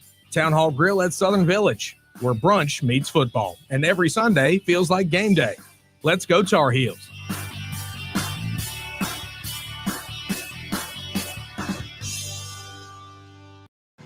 Yeah. Hi there. This is Bill Lumber. What's happening? Just want to remind you, financial planning, it's kind of a big deal. Did you get the memo about that? So if you're still winging it with your retirement, I'm going to have to ask you to go ahead and give John Stillman at Rosewood Wealth Management a call. The sooner the better would be great. Okay? Bill Lumberg is a fictional character and therefore wasn't compensated for this endorsement. However, Carolina Wealth Stewards doing business as Rosewood Wealth Management is a real registered investment advisor with the state of North Carolina. Attention business owners. Is buying or leasing a brick and mortar space for your business in your future? It's important to understand your options and have a plan. And more importantly, have a commercial real estate expert on your team that has your back. We are Cindy, Lou, and Shayla too with Bold Commercial Real Estate. We will help you buy, sell, and lease Bold. Connect with us at boldcre.com. Back to school already? Between supply lists, sports practice, and pickup lines, you need a ride that keeps up. That's why I went to Mark Jacobson Toyota, where they always say yes. Yes to more legroom. Yes to killer trade-in value. And yes to payments that actually fit my budget. From first day jitters to after school snacks, do it all in a Toyota. From Mark Jacobson Toyota, where they say yes. MarkJacobsonToyota.com. You're listening to Inside Carolina Live on 97.9 The Hill WCHL, the flagship station for Tar Heel sports. 2 6-packs of Shiner, 99-cent butane lighter, Lucky Strikes and a fifth of Inside Carolina Live. I feel a good one coming on. Still, even Tommy's not here. We're playing Tommy's music. Swear to God, Ashley, if you're listening to me in some parking deck in Charlotte somewhere, you owe AJ a nice dap next week. He's probably face down by now. That was AJ Johnson, our producer. Listening to Inside Carolina Live. I'm Joey Powell. Flashbacks to the App State game. EJ Wilson. EJ Wilson is here with me. If he can control his labored laughter. We were talking during the break about the fact that it's going to be sloppy in Charlotte due to kind of some weather issues down there. And I think we've all decided that based on Jason's recommendation of all inside zone everything, I think what we've decided is we'd like to see a situation where North Carolina runs 3 tight ends, a fullback, a quarterback, maybe motion a running back out of the backfield, and just the biggest jumbo of jumbo packages you can run. Just snap every play that way. If it may not be effective, but it'll be entertaining. It'll definitely be entertaining. It'll get the people going. That's nothing. Just find the biggest, beefiest humans you can find, line them up out there, and just run the clock down and win 3-0. Yeah. Whatever you do, just go straight forward. Yeah, just move straight forward. Don't worry about any sort of differentiating patterns or paths you'd like to take. Let's talk about the Charlotte program and the team a little bit here. Charlotte has not been in existence for very long. I mean, the town has, but the Charlotte University program has not. They started 13 years ago, and you see usually when teams make that transition from not being a thing until being a thing and being FCS and being actual Division I school, it takes a while to get that where you want it to be from a winning standpoint. And so they haven't had a ton of success, but what you see when you look at his Charlotte roster is a lot of guys that are local. Maybe they were offered by UNC, or maybe it wasn't a committable offer, or maybe they were recruited by North Carolina, but got beaten out for the position. But especially now with the transfer portal being what it is, you've got a lot of guys on there 2 deep that were at North Carolina. So I'm going to give out some names for folks. We mentioned Connor Harrell quite a bit. Quarterback, actually played last year. Justin Olson, former receiver. Folks might recognize that name. Jacurius Conley. Folks might recognize that name. Dude was an absolute monster when he was here. Had just a terrible, terrible injury. Had some things that he struggled with to get back on the field. But it was great to see him in their first game actually make a touchdown saving play where he came out and peanut punched the ball as the guy was crossing the goal line. So it's good to see Conley playing well. Their kicker is Liam Boyd, former North Carolina player. A lot of guys on this roster are going to be familiar. Specifically, there's also a gentleman that plays backup quarterback there in Grayson Loftus, who started for Duke in Chapel Hill or against UNC and looked fairly good doing it. He is now the backup quarterback behind Connor Harrell in Charlotte. So this is a program that not only do they have some names that you recognize, they've got a new coaching staff. Biff Pogge, that experience ended last year, and they've now moved on. I think there's some promise there. But it's just, as you see with North Carolina breaking in a new staff, it's just tough. And so even with the familiar faces and even with the guys they have there, they did not look great against Appalachian State. And I don't know that Appalachian's any good, but Charlotte did not look great. EJ, when you're thinking about playing an in-state opponent like this that probably has some guys that lining up across from you, some guys that might have a little bit of chip on their shoulder, some guys that might have, even if they've transferred out, might have a reason to want a little extra when they're playing you, want to try to extract something else. You tell me, how much of a difference maker is that? It obviously won't change a game, but can you quantify what it means when you have guys that just want that one little extra foot in hind parts that they might not have otherwise?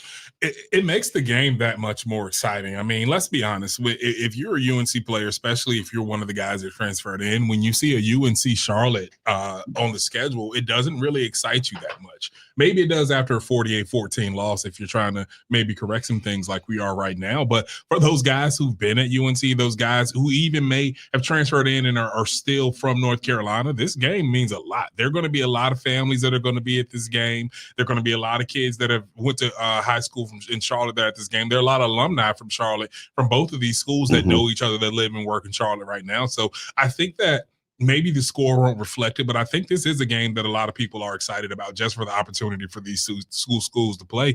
And there are a lot of guys on UNC Charlotte's team who would love to be at UNC, would love to be in Chapel Hill. So, of course, they're going to go out here and they're going to try to show their best, because in the day of transfer portal, they still could someday end up playing football in Chapel Hill. So I think that there's a lot on the line for both sides. I think UNC Chapel Hill, we need to bounce back.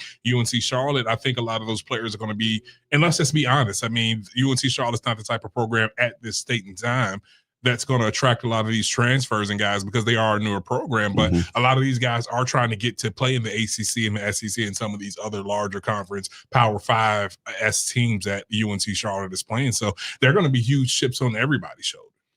When you look at their program, they play in the American Conference. For folks that are just kind of getting caught up on that, Tim Albin is their coach, and you might recognize that name. He won a conference championship, or got to the conference championship in the MAC with Ohio, the Bobcats. Oh, nice. I didn't know. Yeah. So there's some promise there. You don't know if he's got the horses yet, but there's some opportunity there if they can continue to build and continue to grow.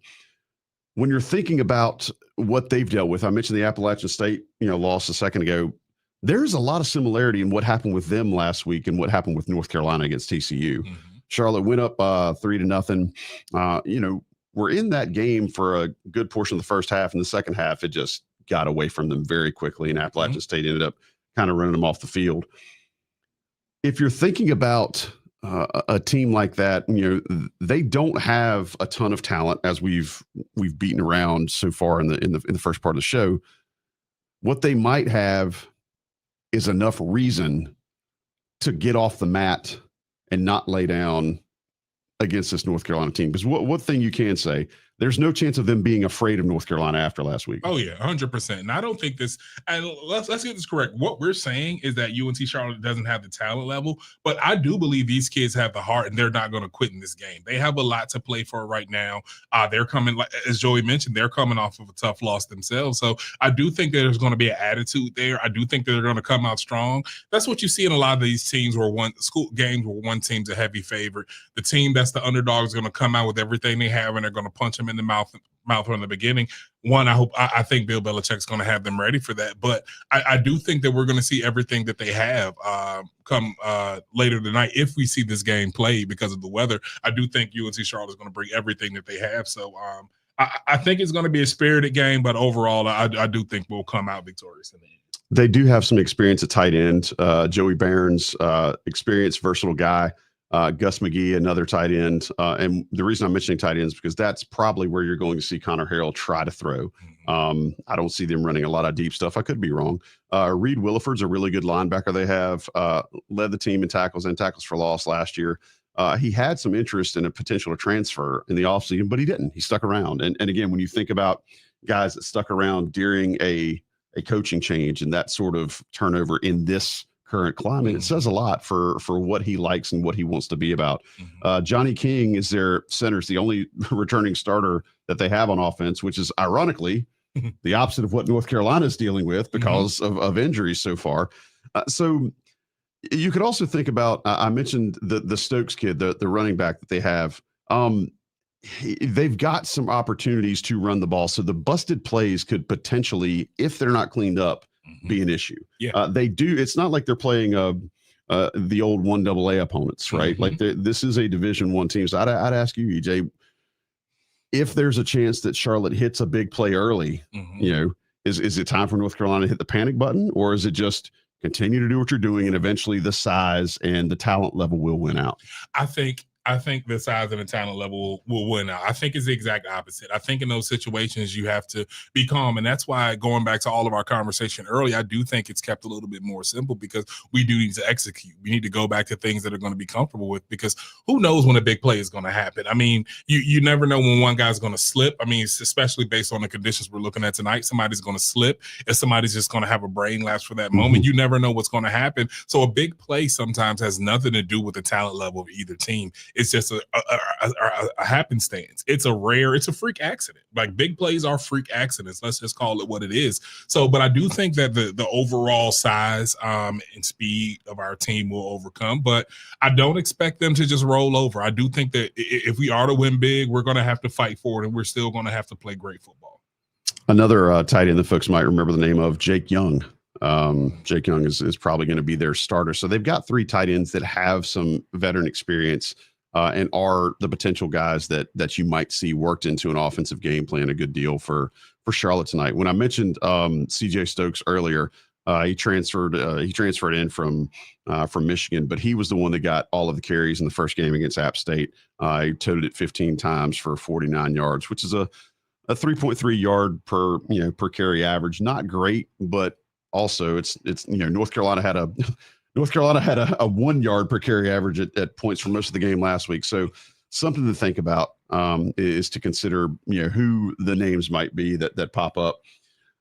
EJ, when you're a team like that's on trying to be on the come up, what's something they're going to try to do to take North Carolina out of the game? Do you think we're going to see a spitting on somebody before the game starts? I don't mean that from the standpoint of Charlotte being a dirty team or an unsportsmanlike team, but do you think this is one of those situations where Charlotte might try to just do things differently, do things off script, do things out of the ordinary, just to bring North Carolina off of their normal game plan?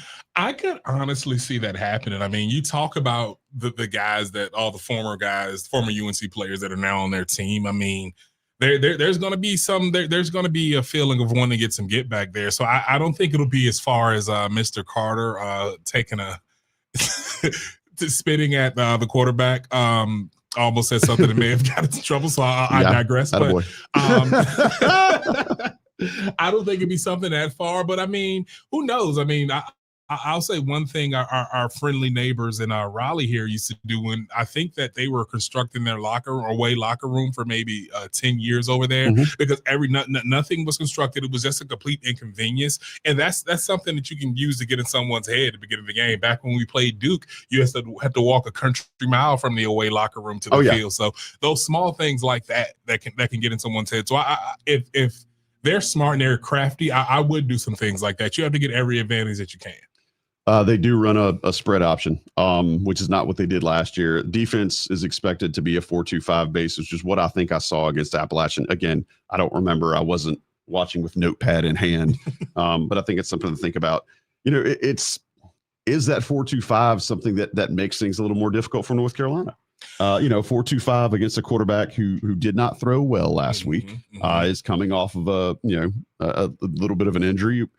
Is that enough to make him get a little less confident? Because again, he wasn't confident last week throwing the ball. So is that something that might give him some flashbacks? I think that defense may have been something he may be a little bit more used to looking to. I mean, the reads are traditional. You can kind of treat that, like, depending on how they play it, you can kind of just treat that third safety or nickelback or whoever is the 5 in that 4-2-5. You can kind of treat them like a linebacker sometimes, depending on how they're played. So it's all about simplifying that defense. And like I said, they have a great coaching staff that has experience not only as coaches but as players. So I think they'll have a good game plan and kind of make it simple for Gio to read that. But I don't think any particular defensive format's gonna change how he plays and how he looks at the game. It's gonna be how that defense executes. And I mean, they're running a new defensive scheme. We're running a new defensive scheme in Chapel Hill. So it all depends on who execute, who goes and improves and watch that game film and makes those adjustments. And like I said, I think we have the advantage in that aspect. So I do expect us to come out and play well, but I don't think that defense gives Gio too much of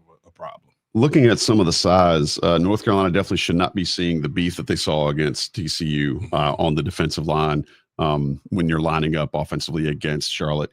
You know, I think they've got some guys that are a little light in the pants. They aren't exactly the biggest, girthiest group. So hopefully that might take some of the pressure off, regardless of who's starting at center for North Carolina. That they won't have that same issue of veteran guys that are 300 pounds, eating up blocks and turning the center into a pinball. All right, do want to make sure I give a shout out to our friends at Johnny T-shirt. That's one thing that they don't have in Charlotte is a Johnny T-shirt. Yeah. We always like to say Charlotte's got a lot. Charlotte ain't got Johnny T-shirt. No Johnny T-shirt. So for that matter, they're already playing behind the 8 ball. If you are an Inside Carolina premium subscriber, and if you have joined us on the On3 network, go ahead and go to the premium message board, get that code, and you can save an extra 10% off of your next order, whether that be in person on East Franklin Street in Chapel Hill, or if you're using them online, johnnytshirt.com. They still have the amazing goodness that your wardrobe needs. If you're not a wardrobe person, maybe you're a knick-knack collector. You need knickknacks for your curio. Johnny T-shirt can help you out. They've got all sorts of little doodads and collectibles that you can put in your curio there. They can help you out. But I want to make sure you go visit them. They have been supporting IC for a long time, and we want to make sure they continue to do so. And they will continue to do so as long as you guys continue to support them. Johnny T-shirt right there on East Franklin Street. If you have not yet, make some time. Go see them next week before the game against Richmond. They will take care of you. You'll be glad you visited them. And we'll be right back on Inside Carolina Live on 97.9 The Hill, WCHL. I'm Landon Turner, and you're listening to Inside Carolina Live on 97.9 The Hill. I'm Pat Circadakis with Coldwell Banker, Howard Perry, and Wellston. I have one family where I sold them a house. All 3 of their kids ended up buying homes from me when they got older. They're now looking at selling their house, the originals, because they want to downsize. So that's just one family that I will have been involved in 5 or 6 transactions with, which I think says that I know what I'm doing. To learn more, go to trianglehomes.realestate. This is Jeff Denny with Generator Supercenter of the Triangle. We are the #1 Generac residential installer in North America. 80% of the homeowners that have a generator have a Generac. We want to understand what it is that you're trying to accomplish and what are your fears, wishes, desires. And then how do we do this project the most efficiently? We're also here to give you peace of mind, protection, safety, and security. Go to GeneratorSuperCenterOfTheTriangle.com. That's GeneratorSuperCenterOfTheTriangle.com. This is Ely from Alma's Jewelers. After the flooding in Eastgate, we had to close our doors. But now, I'm so happy to say we are back. Our temporary location is open in University Place, right in the retail space at 900 Willow Apartments, across from Fifth Third Bank. It's bright, beautiful, and easy to get to, with plenty of free parking. Whether you're shopping for something special or just want to say hello, thank you for your support. We are so proud to be part of this community. Come see us at Alma's Jewelers, now in University Place. It's almost time for back to school and back to your routine. That doesn't mean it has to be boring. Zoom into the season with a new ride from Mark Jacobson Toyota, where back to school means back to yes. Need space for carpools? Yes. Looking for fuel savings? Yes. Want to upgrade your commute? Yes. At Mark Jacobson Toyota, they say yes to great deals, easy financing, and getting you back on the road in style. Visit markjacobsontoyota.com today. Hey Tar Heels, Adam Bishop here, senior pastor at New Hope Church in Durham and a big Carolina fan. Whether you're celebrating a win or down at halftime, you'll find hope, community, and a place to belong at New Hope. For over 20 years, we've been a diverse faith family where people build lasting friendships and make a difference together. There's a seat waiting for you. Visit newhopechurch.org. We can't wait to meet you, and God bless our Tar Heels.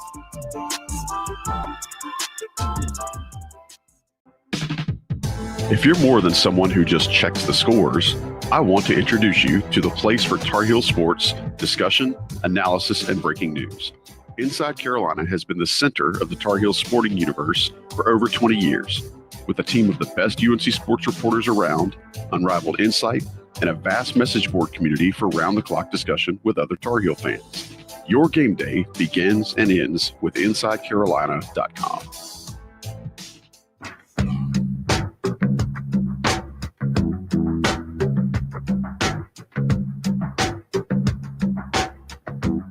You're listening to Inside Carolina Live on 97.9 The Hill WCHL, the flagship station for Tar Heel sports.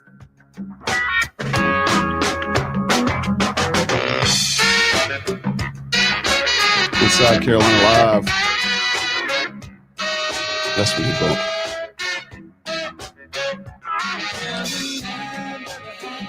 A little funk in your step.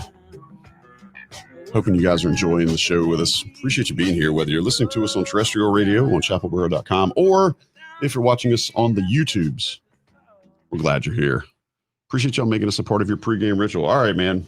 Last segment of the show, we're going to do a little fun keys to the game, man. EJ, I want you to give me one key for offense and one for defense. And I swear to God, if you say North Carolina needs to score more points than Charlotte does to win the game, I might burn this entire studio to the ground. Well, I got nothing then, man. I have absolutely nothing. That was the only one he had in the chamber, folks. Sorry. I think for offense, I think we need to go out here and I think we will, for one, execute. Execution is going to be the key for both sides. But for offense, we need to establish the run. We need to establish our physicality. I know, as we've kind of harped on all show, that this is going to be a different bunch of a different level of talent that we'll probably see in the rest of our games. But we need to go out here and put some good stuff on tape. We need to execute. Our quarterbacks need to go through their reads. They need to get good looks at what they're going to see for the rest of the season. Defensively, we cannot have 19 missed tackles again. It sounds like it's an easy thing to fix, but say it loud for the folks in the back. I think for the last few years, we have been the worst tackling defense. We have to have been the worst tackling team in the country. And I think that's one of the things you think would be easy to fix. I think that's something that we need to focus on. And I think Coach Belichick will get those guys right. I really want to see, if possible, I really would like to see only 3 or 4 missed tackles, but just based on healthy progression, if we could get under double-digit missed tackles tonight, I think we'll be in a good place. So just play disciplined football, and let's get rid of all the busted coverages. I mean, it's going to be hard enough time with kind of gelling as a defense with a bunch of new players, but let's get the busted coverages out of here. Let's get in our playbook, and let's trust what we're seeing and what we practiced all week. Baby steps, man. Yeah. I mean, baby steps. Just get that missed tackles number down to 10, 11. Yeah. Just see improvement. And I think that against a team that you are significantly better than, that should not be too tall of an ask. You started talking about establish your run, and all I hear in my head was, we got to get it done. Going like full bunting on us. Just establish the run, take care of both lines of scrimmage. That's just immediately where I went back to, but I realized you're a bunting guy, so it's nothing wrong with that. I'm thinking about for this team as well. You know, I mentioned earlier that they had minimal penalties last week. If you can keep that going, that's something you can hang your hat on. Because if nothing else, then the fans can stop worrying about, giving a game away when they get to a situation where it's a 1-possession game or something like that. Because that's been something that really, really burned North Carolina for multiple years over the last couple of coaching staffs is dumb penalties and it's taking yourself out of it. So if they can maintain that, get into another situation where you're not shooting yourself in the foot, another situation where you're not taking yourself out of winnable scenarios because of your own inability to know the snap count or, watch the ball and not get faked out by a hard count.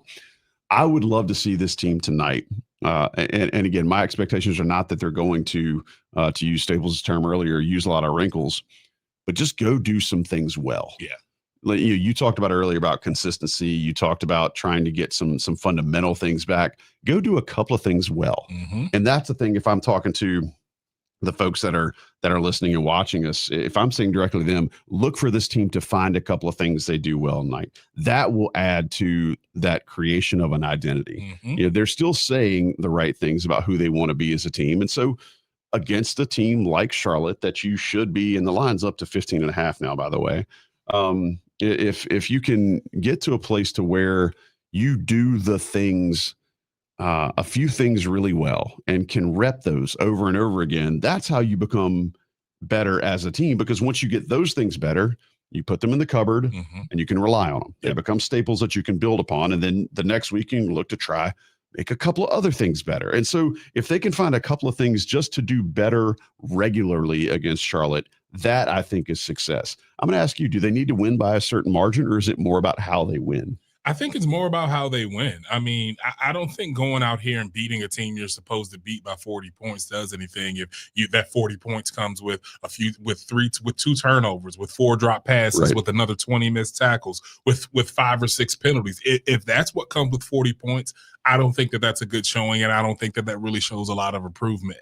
I think that if we go out here, we execute, to your point, that we keep these penalties down, we cut down on the do the basic things. And put some of those basic things on tape. Just put more arrows in that quiver. Just put more things on tape, more things that we can fall back to when everything hits the fan. So I think as long as we do that, I think it'll be a good showing. But I don't think the score is going to say how well we played. Give me a defensive player you want to watch today. You know, we talked about one in the break, and I don't know if that's where you want to go, but give me a guy that you think is the defensive player that's most likely to either impress you or maybe turn some heads during this game this evening. I think it's the guy with the best name in college football right now, with the classic legendary name of Leroy Jackson. This guy absolutely impressed me. When you're out there and you're playing, a lot of coaches will tell you if you do things right, you'll find yourself in a position to make plays. Best example of that is on the first drive of the game. This kid is playing pad level. He's knocked the guy back, and the running back runs into the back of him because he's where he's supposed to be, and he's so far in the backfield. When you can do things like that as a young kid and you're making plays accidentally, when you start really realizing what you're doing, then he's going to be dangerous. So I think he was one of the brightest spot, I would say, in that interior defensive line. Overall, there was some up and down plays from those guys, but he really showed me some fundamentals. He played very hard. He got after it, and he played with a little bit of edge and nastiness. So I'm excited to see how he builds off that performance. It looks like he's going to be in the starting lineup. So I think the coaches are seeing some of the same things that I'm seeing as a fan. I mean, you do things well, the guys that are getting paid to coach the team will absolutely notice. And he got a lot of herald during camp. He seemed to be getting things in camp. He's got, excuse me, he's got some, sorry, I have to get my. The frog thing. Yeah. Yeah, we haven't done that in like 3 years, bro. Okay, thanks. Yeah. All right. Excuse me like for those a who are, wave or something. Yeah. So then I'll know to do it. Yeah. All right. Excuse me for those who are listening. He does have the athletic ability, and he's got the frame for it. I think he's absolutely potentially the next really good defensive lineman. Now, does that mean North Carolina can hang on to him? That's a different conversation for a different day. But I would love to see a guy that can absolutely be a terror up the middle of the field. I'd still love to see. Simpson have a solid game. I think last week he hits hard. I think there's potential leadership there. You'd like to want him to wrap up on all of these, but he seems to be a guy that gets in the right place at the right time. So you hope that maybe between those two, shoring up the middle of the field, that will at least cause what we referenced earlier about some of that scariness or some of that lack of trust that Connor Harrell happens to have, or at least used to have, when he'd look over the middle of the field and start seeing some things there that get him to have happy feet or get him to mess up his timing or not really trust what he sees. I'm going to think about kind of some intangibles to look for tonight. I mentioned earlier doing a couple of things well, and I mentioned the penalties. I'd like to see this team actually create a couple of turnovers. They gave up their own turnovers last week to the tune that it cost 14 points and gifted 14 points to TCU. I'd like to see them create more than one or two tonight. I'd like to see them not just rally around the ball, but do some peanut punches, do some things where they can absolutely maybe get some tip drill action in the middle of the field, but just some things that will create extra possessions and create sudden change to take Charlotte off, but more importantly, to give them some confidence. Yeah. I think that when you're a young team and you're trying to build anything that can give you confidence makes you better. So I'd love to see them to find a way to get some turnovers and build some confidence on that, because young teams are easily built maybe on things that they shouldn't be confident about. But North Carolina needs to find confidence wherever they can get it. I'd love to see it in a couple of extra turnovers tonight. EJ, give me some intangibles for you, man. What's something that maybe we haven't talked about that you feel like doesn't necessarily show up statistically from one guy, but could be something that could really give this team a boost or give them an extra building block as they propel toward next week? I want to see consistency in that running game. I want to see I know that App State had 5 yards per carry against these guys. I want to see us up around that 6-7 yard range. I think that's going to show the fact that we're consistently, and Coach Brown had a great quote where he said, not only you should be able to run the ball, not only when you want to, but you should be able to run the ball when they're expecting you to run the ball. Like when they're when it's 3rd and 3 or 4th and 1, and they know you're going to run the ball, you still should be able to execute. So I want to see a little bit of that. I want to see them control the line of scrimmage, and I want to see some better play from center. This is going to be a good chance for some inexperienced guys, as you mentioned not too long ago, not having those big mammoths in the middle. They need to focus on their technique, and I want to see at least 9 out of 10 good snaps tonight, great snaps. I think that's a building block. I mean, we saw a lot of bad ones Monday night, so I think that's a good next step against a team that I don't think, and I'm just based on what we've seen, I don't think some of those bad snaps or not so good deliveries or not so good battery actions are going to affect you as much as they did against TCU, but I still want to see a lot of that cleaned up. Hope Marcus Allen can rebound. I do think that he still has potential for a career getting paid in the NFL to be a cornerback. He did not look at last week, and I know that he hated film session. I know that he absolutely wanted to just, curl up into the tunnel and disappear for a while. I do think he still, from his build and his ball awareness, can be a good player. I hope that he's able to rebound this week and kind of get out of his own head as we saw last week, because I know Thaddeus Dixon is who he is. Yeah. There's nobody that's really going to try to test him if they can help it, especially if they don't have the horses. Yep.